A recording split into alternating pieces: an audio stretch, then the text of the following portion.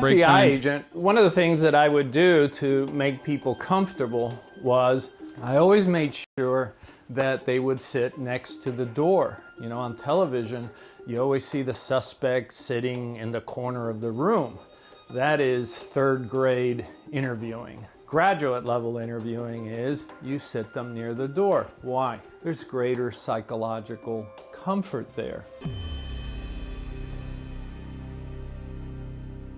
My name's Joe Navarro, and for 25 years I was a spy catcher with the FBI, and I am a nonverbal communications expert. So here's the truth about detecting deception or detecting if somebody is lying. There is no Pinocchio effect. It is sheer nonsense to assume that if somebody touches their nose, clears their throat, or touches their ear, that they're being deceptive. And I think this is the first time I'm revealing this on video. What we look for are... So, like, this guy tortured people, right? That's what we're... I mean, I guess he's FBI. Does FBI torture? Probably. Like, not as like, I don't have enough evidence to say the FBI tortures like I do with the CIA. My assumption is he did, though. Or, I guess he would, what would he do? He wouldn't do the torturing himself, but he would be like, this guy needs to get tortured, and then they send him over to, like, a black site. Sorry, fuck. I meant advanced interrogation. I love this. Typical assuming libtard. I know, it's so crazy for me to assume that wonderful members of our intelligence communities would torture people when it was literally legal and public, and also on top of that, we called it enhanced interrogation. So how crazy of me to assume, to make that assumption.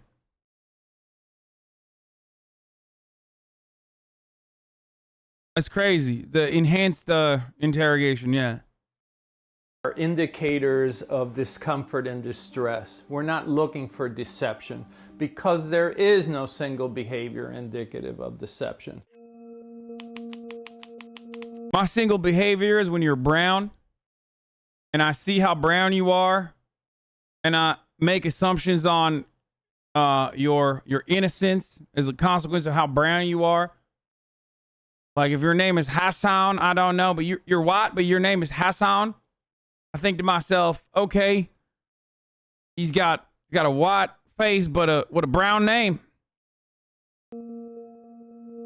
One of my favorite stories that's in my book, What Everybody Is Saying, is of a woman that was invited to the FBI office because she was part of an investigation. And during the first 20 minutes or so that we in the FBI used to calm the person down, this individual, instead of calming down, became even more stressed, and we hadn't even talked about the case. She was biting her lip, she was touching her suprasternal notch, she was clutching at her neck jewelry. A couple of times there she was wringing her hands, and finally I said to her, "Madam, you look like you need to get something off your chest." And she said, "Thank you, Mr. Navarro, because when I parked downstairs I only had 2 tokens for the meter and the meter's about to run out." So here were all these behaviors that maybe 30 years ago people would have looked at and said, "Oh, this is indicative of deception. I mean, she's touched her nose, she's bit her lip." No, she was worried about getting a ticket because she didn't have enough coins when she parked downstairs. And as it turns out, somebody had stolen her ID. She had nothing to do with a crime. Whether we're dealing with the honest or the Why is this guy fucking interrogating at the FBI some random lady who literally lost her fucking ID? That's the real story I got for this guy. Why are you interrogating random lady with no ID who is worried about her fucking parking meter? Dishonest, we may see behaviors that are indicative of psychological discomfort. The only thing... The question I guess I have is, how brown was she? Well, this is the FBI. How black or brown was she? Like, are we talking... Like, are we talking light skin? Are we talking white? I guess it was enough. You know what I mean? It was dark enough. The warrant and interrogation is try to determine why we are seeing those behaviors, but not assume that they're indicative of deception, because the science just is not there. One of the things that I would do to make people comfortable was to say, look, I'm an FBI agent, we're conducting an investigation, and obviously you're here for a reason. My tone was always to go lower and slower to make sure that at a subconscious level they began to relax. What we want is someone who is calmer so that we have better recall. Remember, when we create stress, we're affecting their memory. And this is why when we have stress, we can't remember where the keys are. So we want the person to calm down, so we put them near the door and we don't sit too close to them, because when we violate space, it makes people nervous. So we back away from them, probably somewhere between 4 and 5 feet away, which is really unusual because on television, we're used to seeing people very up close. And then rather than make a lot of eye contact, which is very intimidating, what I would do is make less eye contact so that they would begin to relax. And then I would do cathartic exhales. So I would look at my notes and do something like this. Yeah, bro, I'm real comfortable right now, dude. The more he's describing, the more comfortable I've gotten, dude. I got total recall, baby.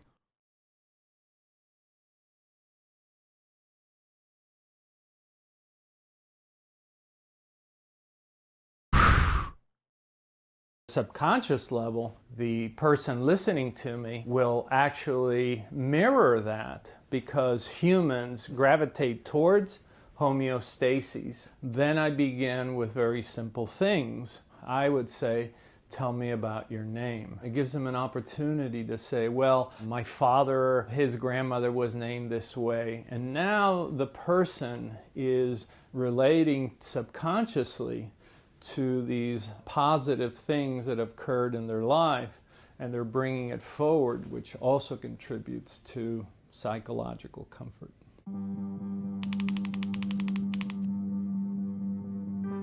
So are there times when we need to create psychological pressure? That is a profound question. I don't recommend it, because once you create psychological pressure, we know that it takes anywhere from a half hour to an hour to return that person back to normal or homeostasis. After doing 13,000 interviews, I can tell you, I have never seen where escalating a situation has benefited anyone. What it has done is it has derailed me as an interviewer to the point where I remember there was an espionage interview I was doing on someone that was accused of espionage.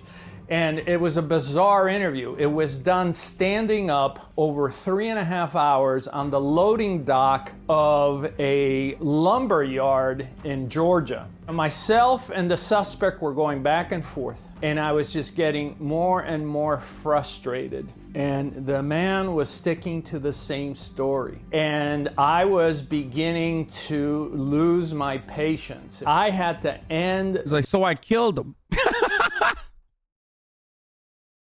So, you know, murder happened, and we never got the appropriate intelligence that we could act on.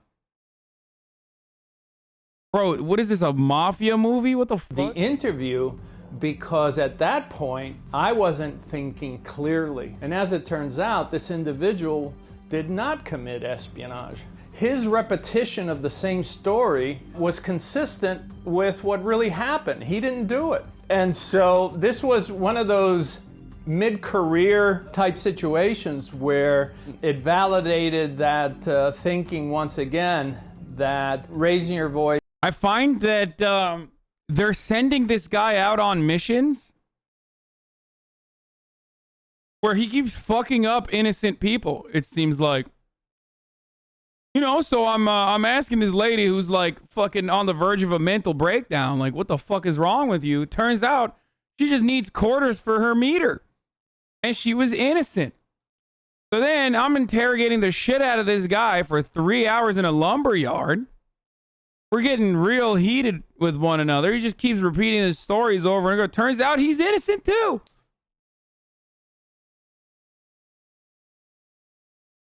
That's cool, man. Creating stress is not beneficial at all.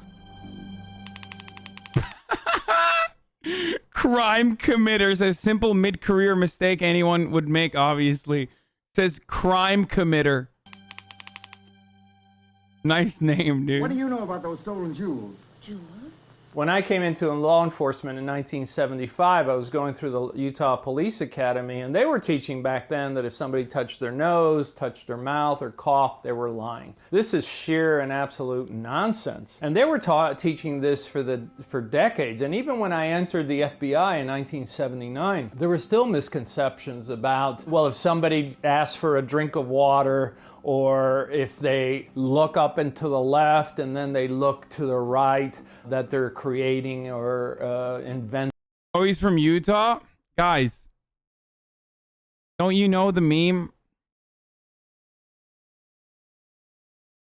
Come on. All cops are Irish. All members of the CIA and FBI are Mormon.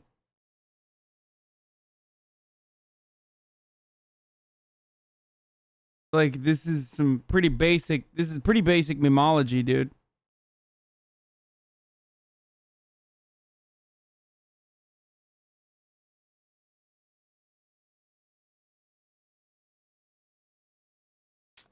As an ex-Mormon can confirm, the Reed technique, law enforcement's main interrogation technique, has been debunked and basically been compared to torture in terms of provoking false confessions. Also, that's a joke, but you know, there are a lot of Mormons in the CIA and FBI.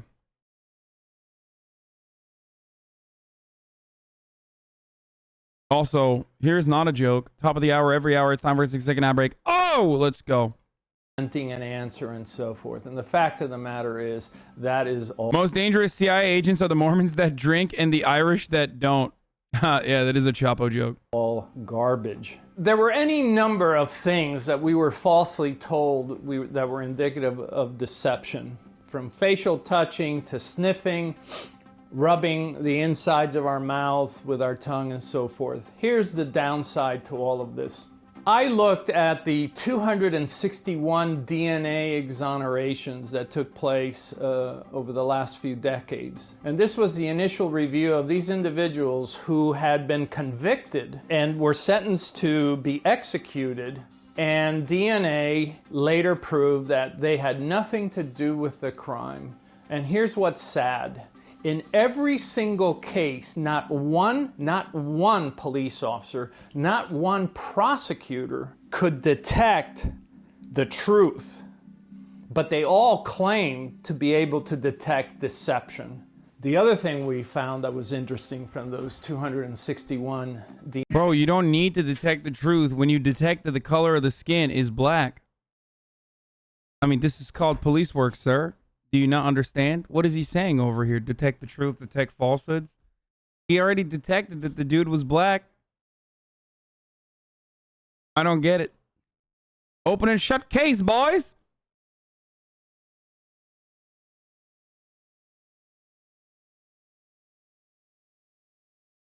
DNA exonerations. Fully 25% was willing to admit to a crime just to stop the interview process. That means that those interviews where there was a lot of psychological pressure applied, where it took place over hours and hours and hours, where there was a lot of threatening demeanor, that eventually the people were willing to say, you know what, just to, I'm going to admit it, even though it's going to cost me my life. 25%. That's frightening. So every time I hear somebody out there says, oh, I can tell that they're lying from their body language, I just say that's... For the record, African Americans are, as you know, 13% of the population. But they constitute 47% of the 1,900 exonerations listed in the National Registry of Exonerations.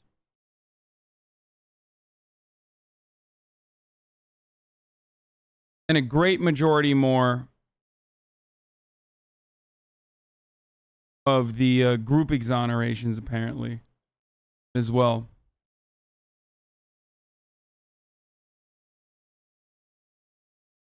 African-American prisoners who are convicted of murder are 50% more likely to be innocent than other convicted murderers.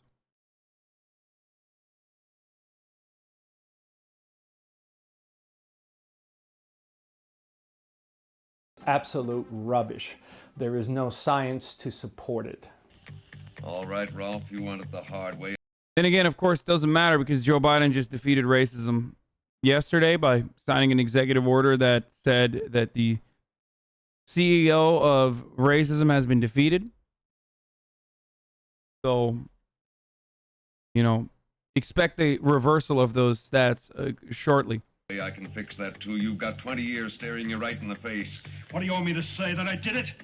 We're always dealing with the human brain. Dude, no one thinks that, Hasan. I know no one thinks that. I'm just joking. We're dating, whether we're dealing with family members or even in a forensic interview. You know, I tell the story of this individual in Yuma, Arizona, who immediately came under suspicion. There was a body found, and the person had been stabbed with an ice pick. Now, the only person that knew this was myself and the suspect. We found out that the victim had been in an argument with this individual named Ricky. So, you know, I go and meet with Ricky, and Ricky said I had nothing to do with it. And I said, well, that's fine. I said, well, Ricky, you tell me you didn't kill this gentleman, but if you had, would you have used a machete? And he said, no. I said, okay, would you have used a gun? No. How about an axe? No. And I said, Ricky, would you have used an ice pick? And when I used the word ice pick, which obviously somebody with guilty knowledge would respond to, his eyelids came down and he tucked his chin in. Blocking behavior, protective behavior. So I just looked at him and I said, Ricky, come on. You were seen having an argument with him, and now he's dead. Come on. And owned, dude. Yo, police work, dude. Yo, police work is sick, dude. Come on. Come on. I said to him, Ricky, come on. Come on. Fucking owned, dude. Come on. Come on. Come on. Come on. Ricky. Ricky, do me a favor. How you doing? Fuck you. Hey. Do me a favor. How you doing over here? Fuck you. All right. And eventually he confessed. Keep in mind that nonverbal communications per se are not admissible in court. I mean, I could say that the person looked distraught, and defense counsel might ask, well, how would you know that? How long have you known the person? What does distraught look like? And I could say, well, he closed his eyes and he lowered his chin. And they could come back and say, well, that's not indicative of anything. But this is how we use nonverbals, to let me know that that which only the suspect knew affected him. There's a certain amount of lying that we have to do to get along with each other. So we say that lying is a tool for social survival. And because of that, we're actually pretty good at lying. Most of us lie, the research says, anywhere from 3 to 5 times an hour. I hardly talk to anyone in an hour, so I don't think I find myself lying so much, but I know that if, I'm having a bad... He's gonna be like, I just told you a lie. Huh? Get it? These motherfuckers lying to us, bro. Bad day and somebody... There's something up with this dude. I don't know what's... There's definitely something wrong with him. I can't seem to place my finger on it, but... He says, hey, how are you? I'll probably say, yeah, I'm okay when I'm not. I think the most effective liars are the people who habitually lie. One of the best liars I ever ran into was a woman who was Squad W. a spy. She could tell stories like no one I've ever known. They were so convincing. You would ask her a question and she would just be so fluid in her answers. And of course, she's describing something that was taking place in Germany. So it's not something that we could go and check on the next day. And she led us on for about a year. The only thing that we can do to protect ourselves from deception is what is being said and what is the proof. You begin to make an inquiry, the story begins to fall apart, or it causes a cognitive load. You know, oh, so you went to Mexico. Which airport did you land at? And then they struggle to come out with an answer. Simple questions should evoke simple answers. And when they create a cognitive load, then it's not indicative of deception, but it should certainly make you wonder, is there something wrong here? One of the things about this woman spy, who was in fact convicted 25 years, as soon as we were in Germany and allowed to conduct the investigation, we could immediately see that the story was falling apart. You can either accept a story as it's being told, or you can make an effort to question it to see if you can verify it.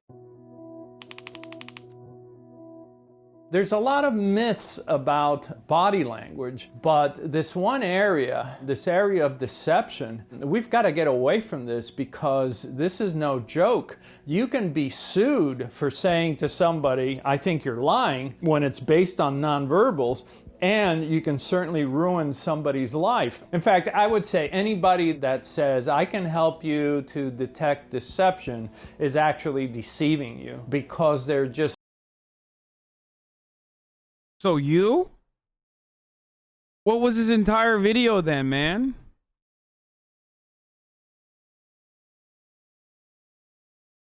Simply is no science to support it. All we can say is we're seeing behaviors indicative of psychological discomfort, and that is as far as you can go with that.